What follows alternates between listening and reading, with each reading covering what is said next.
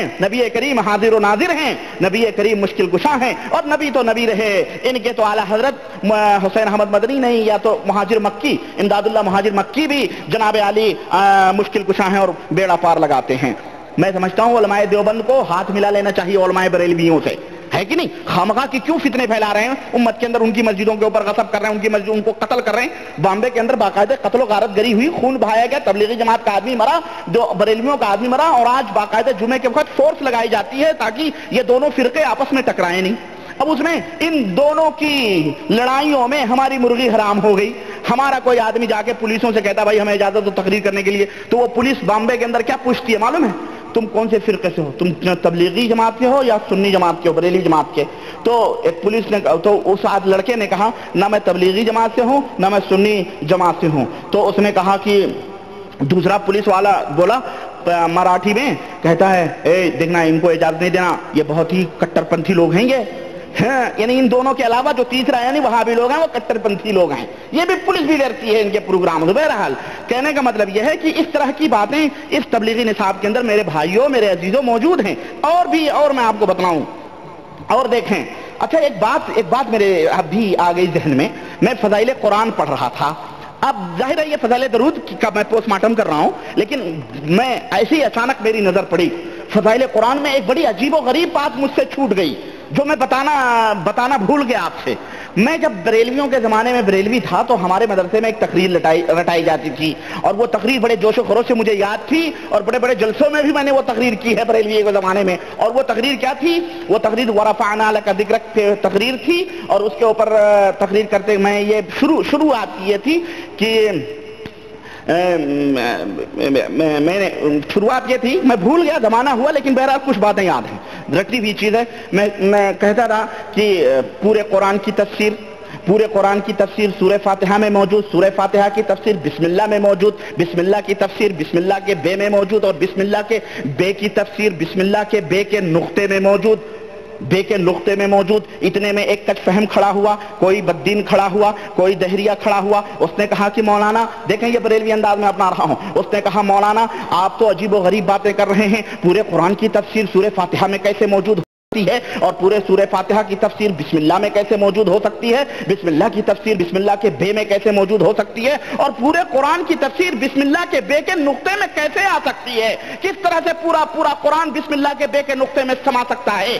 میں نے اس سے کہا تو کچھ فہم لگتا ہے، تیری کھوپڑی گھومی ہوئی ہے۔ میں نے فوراً ہندوستان کا نقشہ اٹھایا، یا میں نے پورے دنیا کا نقشہ اٹھایا، میں نے اس سے کہا کہ ذرا ہندوستان کا نقشہ اٹھایا، اور میں نے اس سے کہا کہ میرے بھائی ذرا اس پہ بتا دلی کہاں ہے، اس نے ایک نقطے کے اوپر انگلی رکھ دی۔ میپ اٹھایا میں نے کہا دلی کہاں ہے، اس نے ایک نقطے کے اوپر رکھ دی انگلی رکھی۔ میں نے کہا کلکتہ کہاں ہے، اس نے ایک نقطے کے اوپر انگلی رکھی۔ میں نے کہا ظالم اتنا بامبے کہاں ہے، اس نے ایک نقطے کے اوپر انگلی رکھی۔ میں نے کہا ظالم جب پوری بامبے ایک نقطے میں سما سکتی ہے، جب پوری دلی ایک نقطے میں سما سکتی ہے، جب پورا کلکتہ ایک نقطے میں سما سکتا ہے، تو پورا قرآن بسم اللہ کے بے کے نقطے میں کیوں نہیں سما سکتا ہے؟ اللہم صلی علی سیدنا مولانا۔ اب اس کے اوپر نعرے رسالت، سمجھ رہے ہیں یہ انداز ہے، ہاں۔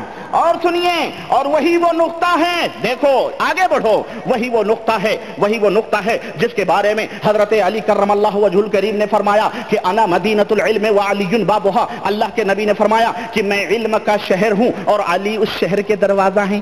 دیکھو یہ گڑی ہوئی روایت ہے، موضوع روایت ہے، لیکن اس زمانے کی تقریر ہے یہ کہ انا مدینۃ العلم وعلی بابھا، میں علم کا شہر ہوں اور علی اس کے دروازہ ہیں۔ اور جب علی اس کے دروازہ، اچھا اس کی ایک مثال اور دو، چنو میں نے اس وقت تقریر ہوتی تھی، اور یہ تقریر میں نے ایک دفعہ میں اپنے وہابی ہونے کے بعد میں، اہل حدیث ہونے کے بعد میں نے ایک جگہ اپنے دوست سے ملنے گیا تھا، بستی کا واقعہ ہے یہ، اٹوا تحصیل میں، تو میں وہاں گیا ملنے، تو ایسے ہی میں نے کہا چلو یار چائے پینے، رات زیادہ ہو گئی ہے دل کہتا ہے، تو ہم چوراہے پہ نکلے، اٹوا چوراہے پہ، تو وہاں ایک مسجد ہے، وہیں تقریر ہو رہی تھی۔ میں نے کہا یار یہ آواز زمانے جاہلیت کی سنی ہوئی آواز لگتی ہے۔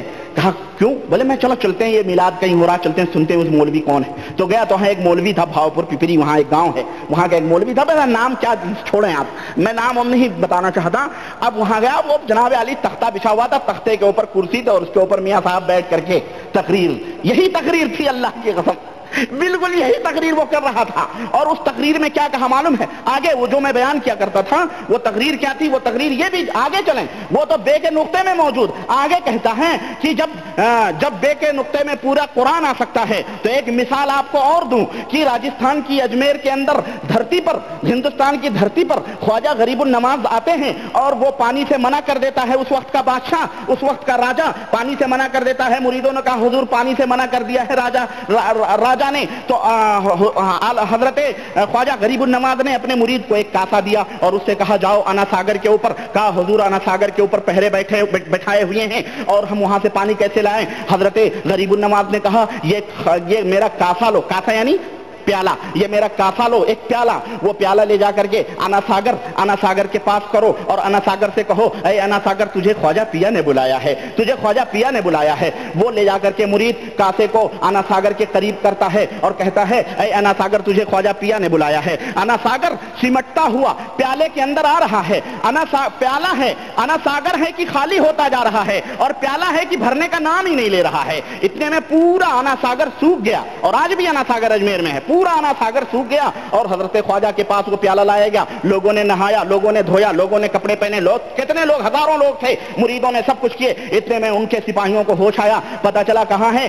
دیکھا کہ انا ساگر سوکھا ہوا ہے. راجا کے پاس گئے، کہنے لگے کہ انا ساگر کا تالاب سوکھ گیا ہے. کہنے لگے کہ اسی بزرگ کی کرامت ہو سکتی ہے. وہاں پہنچے، اس نے کہا اس طرح سے واقعہ یہ پورا. تو کہا کہ جب پورے قرآن جب پورا انا ساگر کا پانی خواجہ غریب النواز کے پیالے میں سما سکتا ہے تو پورے قرآن کی تفسیر بسم اللہ کے بے کے نقطے میں کیوں نہیں سما سکتی؟